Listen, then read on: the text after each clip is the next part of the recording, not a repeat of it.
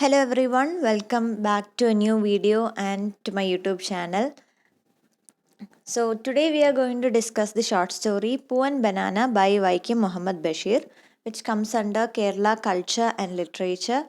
This is a paper in MAS4. So Poovan Param is a short story written by Vaikim Muhammad Bashir and published in 1948 in the collection Vithigalude Swargam. It is one of the most popular of Bashir's stories and it was adapted into a telefilm of the same name by P. Balachandran. Now, as usual, we'll start by looking into the author biography. Vaikim Muhammad Bashir, popularly referred to as Baipur Sultan, was an Indian writer of Malayalam literature, a humanist, and an Indian independence activist. He was a novelist and short story writer, noted for his path-breaking, down-to-earth style of writing that made him equally popular among literary critics as well as the common man. His notable works include Balikala Sakhi, ശബ്ദങ്ങൾ, പാത്തുമ്മയുടെ ആട്, എൻ്റെ ഉപ്പൂപ്പായ്ക്കൊരാനയുണ്ടായിരുന്നു, മതിലുകൾ, ജന്മദിനം and അനർഘ നിമിഷം, and the translations of his works into other languages have earned him worldwide acclaim.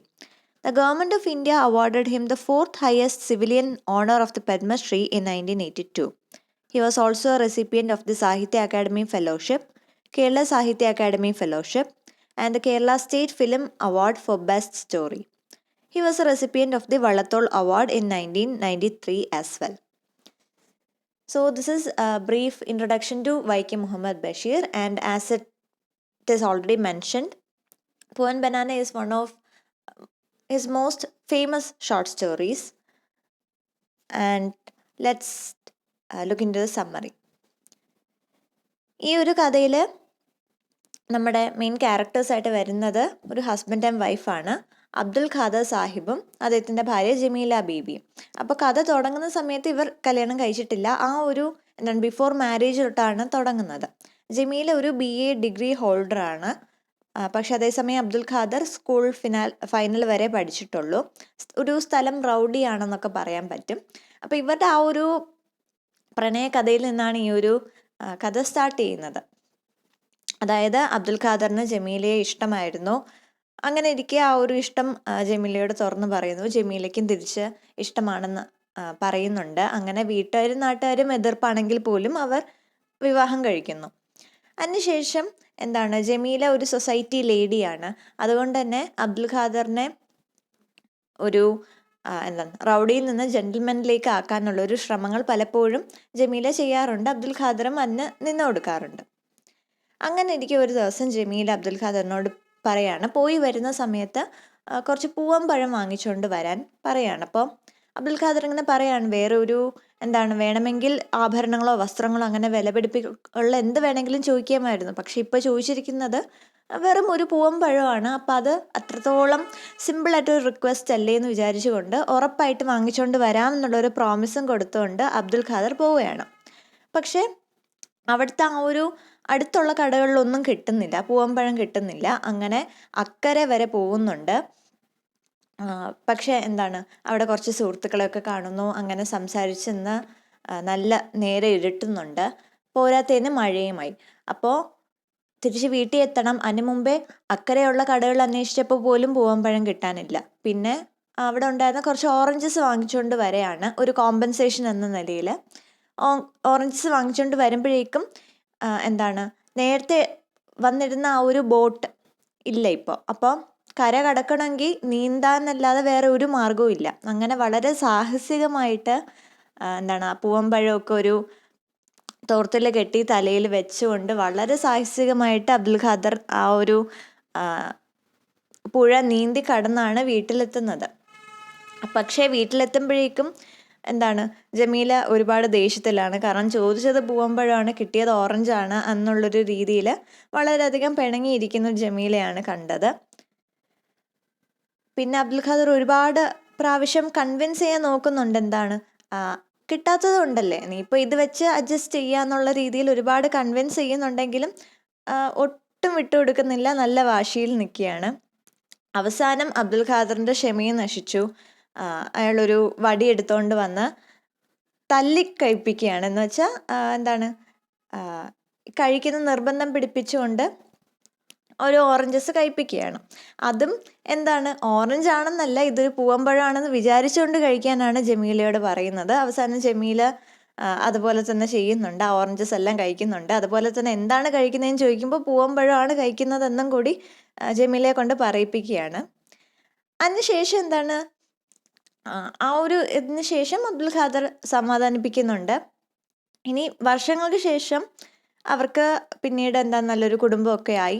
എന്നാൽ പോലും ഇത്രയും വർഷങ്ങൾക്ക് ശേഷവും ഈ ഒരു ഇൻസിഡൻറ്റ്, ഈ ഒരു കഥ അവരെ കൂടെ പറയാറുണ്ട്. കാരണം ഓർത്ത് ചിരിക്കാനും ഒരു നല്ലൊരു മെമ്മറി ആയിട്ട് അവരുടെ ലൈഫിൽ അത് ഉണ്ട്, ആ ഒരു ഇൻസിഡൻറ്റ്. അപ്പം ഇപ്പോഴും ആ കഥ പറയുന്ന സമയത്ത് അബ്ദുൽ ഖാദർ ചോദിക്കും, ഞാൻ നിനക്ക് എന്താണ് വാങ്ങിച്ചുകൊണ്ട് വന്നതെന്ന് ചോദിക്കുമ്പോൾ ജമീല പറയുന്നത് ഓറഞ്ചസ് എന്നല്ല, എന്താണ്, പൂവമ്പഴമാണ് നിങ്ങൾ വാങ്ങിച്ചുകൊണ്ട് വന്നത്, ഓറഞ്ച് പോലെ ഇരിക്കുന്ന പൂവമ്പഴമാണ് നിങ്ങൾ വാങ്ങിച്ചുകൊണ്ട് വന്നത് എന്നാണ് ജമീല പറയാറുള്ളത്.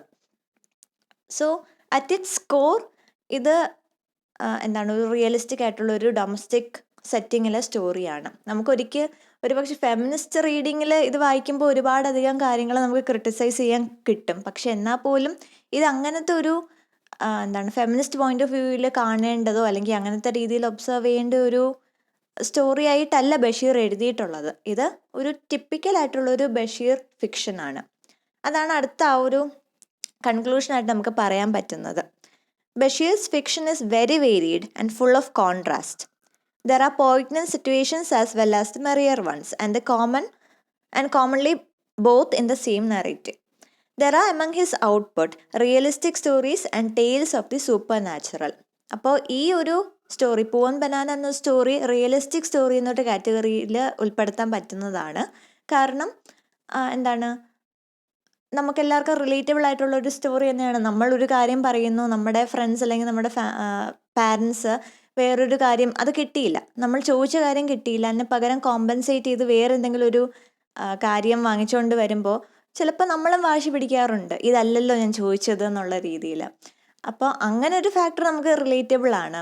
പിന്നെ എന്താണ്, നമ്മുടെ പാരൻസ് നമ്മളോട് ദേഷ്യപ്പെടുന്നുണ്ട്, നിനക്കത് കിട്ടിയേ പറ്റുള്ളൂ, ഇത് കഴിച്ചാൽ പോരേ എന്നൊക്കെ ഉള്ളൊരു ഡയലോഗും അങ്ങനത്തെ രീതിയിൽ നമ്മൾ പിന്നെ വേറെ വഴിയില്ലാത്തതുകൊണ്ട് കഴിക്കുന്നതും അതൊക്കെ റിലേറ്റബിൾ ആണ്. സോ അതുകൊണ്ട് നമുക്ക് ആ ഒരു റിയലിസ്റ്റിക് എന്നുള്ളൊരു ഫാക്ടറിൽ, ഒരു കാറ്റഗറിയിൽ നമുക്ക് ഈ ഒരു സ്റ്റോറി ഉൾപ്പെടുത്താൻ പറ്റും. And then talking about his writing style, Bashir's writing style was marked by his colloquial language, witty narration, and insightful observation about the society. He gained widespread acclaim for his novels, short stories, and essays, which touched upon various themes such as love, social injustice, and the human spirit's resilience. അപ്പോൾ അദ്ദേഹത്തിൻ്റെ writing സ്റ്റൈലും നമുക്കിവിടെ clear കട്ടായിട്ട് കാണാൻ പറ്റുന്നുണ്ട്. കാരണം കൊളോക്കിയലായിട്ടൊരു language ആണ്, ഇതിൻ്റെ മലയാളം ആണ് ഒറിജിനൽ ആയിട്ടുള്ളത്. അപ്പോൾ മലയാളം വേർഷൻ വായിക്കുമ്പോഴും നമുക്ക് മനസ്സിലാക്കാൻ പറ്റും, എന്താണ്, ഒരു പോളിഷ്ഡ് ആയിട്ടുള്ളൊരു ലാംഗ്വേജ് അല്ല. ആ സമയത്ത് ഏതൊരു കോമൺ മാനും മനസ്സിലാക്കാൻ പറ്റുന്ന അത്രയും സിമ്പിളായിട്ടൊരു ലാംഗ്വേജിലാണ് ഈ ഒരു കഥ എഴുതിയിട്ടുള്ളത്. മാത്രമല്ല വിറ്റി ആയിട്ടുള്ള നറേഷനാണ്, ഹ്യൂമറസ് ആയിട്ടുള്ള ഇവൻറ്റ്സ് ഉണ്ട്, എന്താണ്, അഡ്വെഞ്ചറസ് ആയിട്ടുള്ള എലമെൻറ്റ്സ് ഒക്കെ ഉണ്ട്.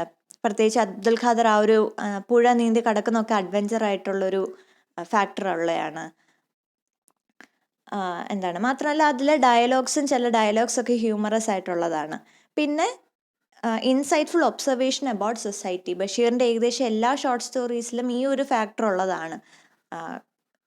സർഫസ് ലെവലിൽ നമുക്കത് ജസ്റ്റ് ഒരു സിമ്പിൾ സ്റ്റോറി ആയിട്ട് തോന്നുമെങ്കിലും അതിലൂടെ അദ്ദേഹം ആ ഒരു സമൂഹത്തിൽ നടക്കുന്ന കാര്യങ്ങൾ അല്ലെങ്കിൽ സമൂഹത്തിൽ എങ്ങനെയാണ് ആൾക്കാരെന്നതാണ് അദ്ദേഹം വരച്ച് കാട്ടുന്നത്. ഈ ഒരു സ്റ്റോറിയിൽ തന്നെ ജമീല ബീബി എന്ന് പറയുന്ന ഒരു ക്യാരക്ടറും ആ സമയത്ത് സൊസൈറ്റി ലേഡിയുടെ ഒരു റെപ്രസെൻറ്റേഷനാണ്. ഒരു സൊസൈറ്റി ലേഡി എങ്ങനെയാണ് നടക്കുന്നത്, സംസാരിക്കുന്നത് എന്നുള്ളൊരു കാര്യമാണ്. അതുപോലെ തന്നെ ആ സമയത്ത് എന്താണ്, ഒരു ടിപ്പിക്കലായിട്ടൊരു ഹസ്ബൻഡ് വൈഫ് റിലേഷൻഷിപ്പ്, അവിടുത്തെ ഒരു ഡൊമസ്റ്റിക് സെറ്റിംഗ് എങ്ങനെയാണ് എന്നുള്ളൊരു കാര്യങ്ങളും അദ്ദേഹം ഈ ഒരു സ്റ്റോറിയിൽ നമുക്ക് കാണാൻ പറ്റും. അതുപോലെ തന്നെയാണ് ബഷീറിൻ്റെ ഏതൊരു സ്റ്റോറി എടുക്കുമ്പോഴും നമുക്ക് ഈ ഒരു കാര്യങ്ങൾ എന്താണ്, കുറച്ചും കൂടി ഒന്ന് അനലൈസ് ചെയ്യുമ്പോൾ കാണാൻ പറ്റും. പിന്നെ ഇതിൽ ഞാൻ പറഞ്ഞു, ഒരുപാടധികം ഇൻ്റർപ്രിട്ടേഷന് വലിയ റൂമില്ല. ഇതിൽ ഒരു തീമായിട്ട് നമുക്ക് വേണമെങ്കിൽ ആ ഒരു ലവ് പറയാം, ഡൊമസ്റ്റിക് ആയിട്ടുള്ളൊരു setting, again repetition of point ആണ് പിന്നെ human spirits resilience, Abdul Khadar നീന്തി കടക്കുന്നതൊക്കെ അത്രയും ഒരു മനക്കരുത്ത് വേണം, അത്രയും ആ ഒരു നല്ല മഴയത്ത് ആ ഒരു പുഴ നീന്തി കടക്കണമെങ്കിൽ. കാരണം എന്താണ്, രാത്രിയാണ്, ജമീല ഭാര്യ ഒറ്റയ്ക്കാണ് വീട്ടിൽ. അപ്പം അങ്ങനത്തെ ഒരു കാര്യം കാരണം അത്രയും ഒരു റിസ്ക് എടുത്തുകൊണ്ട് അടുത്ത ദിവസം വരെ വെയിറ്റ് ചെയ്യാതെ ആ രാത്രിയിൽ ആ ഒരു മഴയത്ത് തന്നെ പുഴ നീന്തി കിടക്കുകയാണ്. അതൊക്കെ നമുക്കൊരു ഹ്യൂമൻ റെസിലിയൻസിൻ്റെ ഭാഗമായിട്ട് വെക്കാൻ പറ്റും. സോ ഈ ഒരു സ്റ്റോറി അത്ര മാത്രമേ ഉള്ളൂ. ഇതൊരു പക്ഷേ പല രീതിയിലുള്ള ഇൻ്റർപ്രിട്ടേഷന് സാധിക്കുമായിരിക്കാം. എൻ്റെ ഒരു പോയിന്റ് ഓഫ് വ്യൂവിൽ ഞാൻ കാണുന്നത് ഇതൊരു ടിപ്പിക്കൽ ഡൊമസ്റ്റിക് ഒരു ഫാമിലിയിൽ നടക്കുന്ന ഒരു വളരെ വിറ്റി ആയിട്ടുള്ളൊരു ഇൻസിഡൻറ്റ്, അങ്ങനെയാണ് എൻ്റെ ഒരു ഇൻ്റർപ്രിട്ടേഷൻ. അപ്പോൾ നിങ്ങൾക്ക് ഈ ഒരു സ്റ്റോറി വായിച്ചതിന് ശേഷം വേറെ എന്തെങ്കിലും ഒരു രീതിയിലൊരു ഇൻ്റർപ്രിട്ടേഷൻ, ഒരു ഒപ്പീനിയൻ പറയാനുണ്ടെങ്കിൽ you can do so in the comment section as well, and we can also have a discussion about that.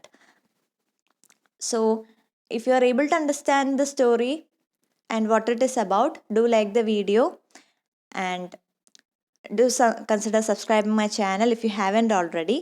So I'll see you in the next video. Till then, take care. Thank you.